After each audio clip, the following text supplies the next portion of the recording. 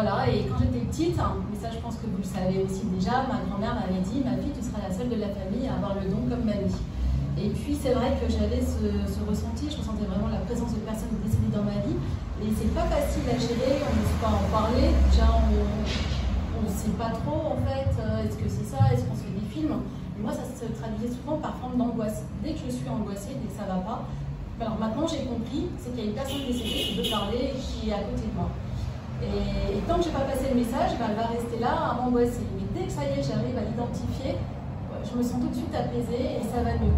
C'est un petit peu, vous voyez, quand il fait très très beau et tout d'un coup, je ne sais pas pourquoi, le ciel devient tout noir, il y a un gros orage. Ben voilà, c'est un peu ça que je ressens quand une personne décédée rentre dans ma vie, il m'apparaît et il faut que je puisse l'aider. Donc au départ, on avait très très peur.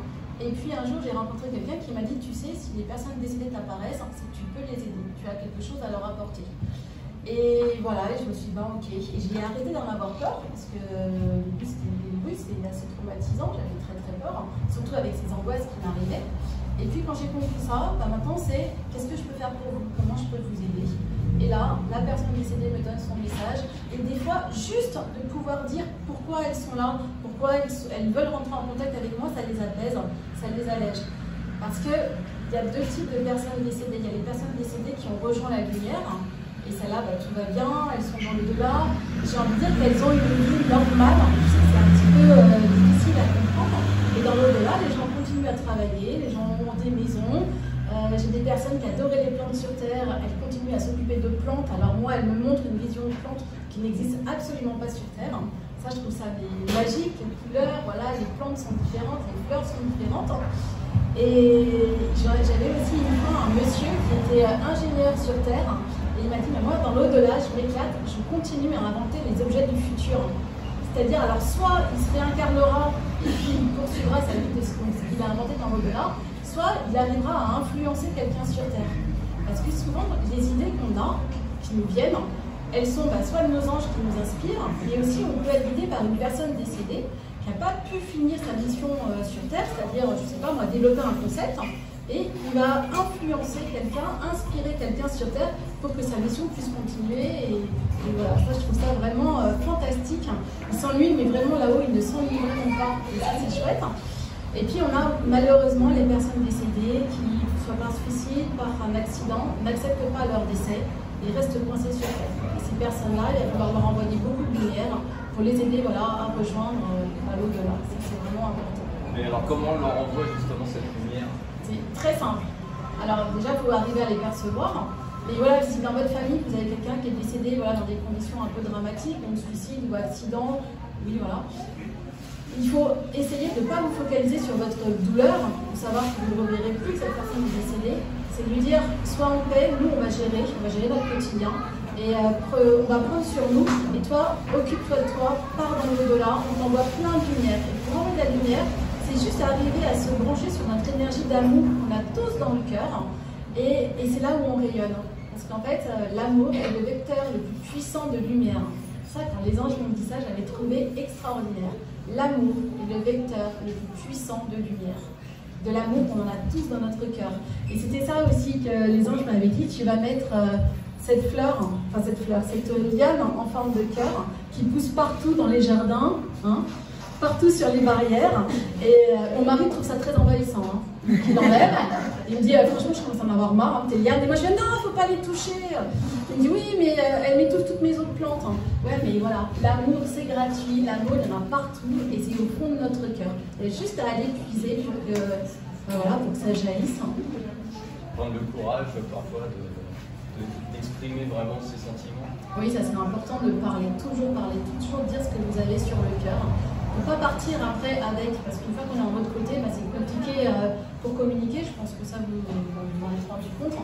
Donc si vous arrivez à ce que tout soit dit sur Terre avant votre départ, vous partez léger, vous apaisez les personnes autour de vous, vous réconciliez, pas perdre de temps à se disputer, pas perdre de temps à créer de la colère, et voilà, toujours essayer de créer de la lumière. Et on crée de la lumière avec beaucoup d'amour. En fait, ce sont nos émotions positives qui créent la lumière. Et la lumière, les anges en ont besoin. Et ça, c'était extraordinaire quand ils nous avaient dit on a autant besoin de vous que vous avez besoin de nous. Et ça avait été une découverte absolument extraordinaire pour moi. Comment les les anges peuvent avoir besoin de nous.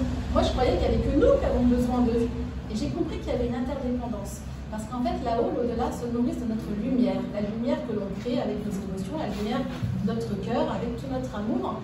Et en fait, notre lumière, elle est réceptionnée par l'au-delà pour la redistribuer aux humains qui souffrent.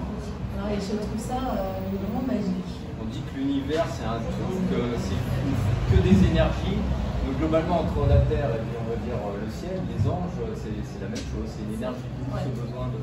Exactement, on est liés, on est tous reliés. Voilà, et on est sur 2 plans différents ou plusieurs autres plans différents, mais n'empêche que nous sommes toujours liés.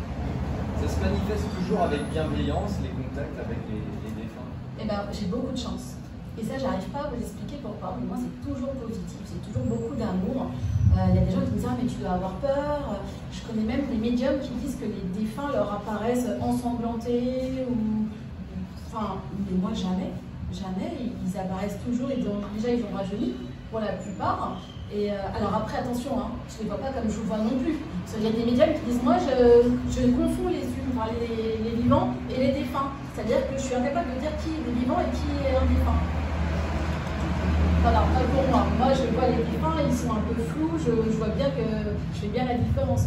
Et d'ailleurs, je me dis, heureusement, là-haut, ils sont vraiment sympas avec moi parce qu'ils me donnent que ce que je peux supporter. Je ne supporterai pas d'avoir tout le temps des défunts qui m'apparaissent. Voilà, non, ça c'est bien. Et c'était quoi ta question? Ne t'en fais pas, tu peux enchaîner comme tu veux.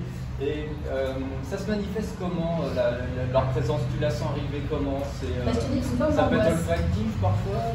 Ah, ça arrive. Oui. Ça arrive. Une fois en pleine nuit, je sentais de la cigarette.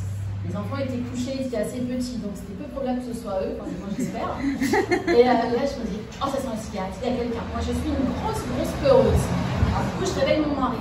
C'est Christophe. Alors lui, franchement, je crois qu'il pourrait avoir un cyclone autour de la maison, il ne se réveillerait pas. Christophe, lève-toi. Il me dit, qu'est-ce qu'il y a? Il y a quelqu'un chez nous, ça sent la cigarette. Hein, quoi, t'es sûr? Ouais, il va faire un tour. Donc là, il se lève, il fait le tour, il n'y a personne. Il revient, il me fait, bon, écoute, c'est encore un de tes morts, donc moi je me couche, toi tu t'en occupes. Et donc, du coup, c'est à moi de dire, bon, bah ok, donc t'es sûr, il n'y a personne qui rentre dans la maison. Non. Et donc, les défunts se manifestent effectivement sous forme d'odeur. Odeur de cigarette, odeur de parfum.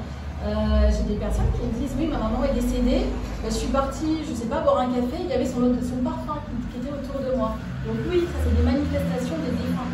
En fait, les défunts nous envoient beaucoup de signes, sous forme d'odeur, sous forme des noms, des prénoms. Par exemple, à la radio, c'est pour ça que c'est bien aussi d'écouter la radio, parce que vous allez penser à la personne qui est décédée, et comme par hasard, vous allez avoir un prénom dans une chanson, un prénom qui va être dit à la radio. Et ça, c'est un signe que la personne, elle est là, qu'elle pense à nous et qu'elle nous encourage.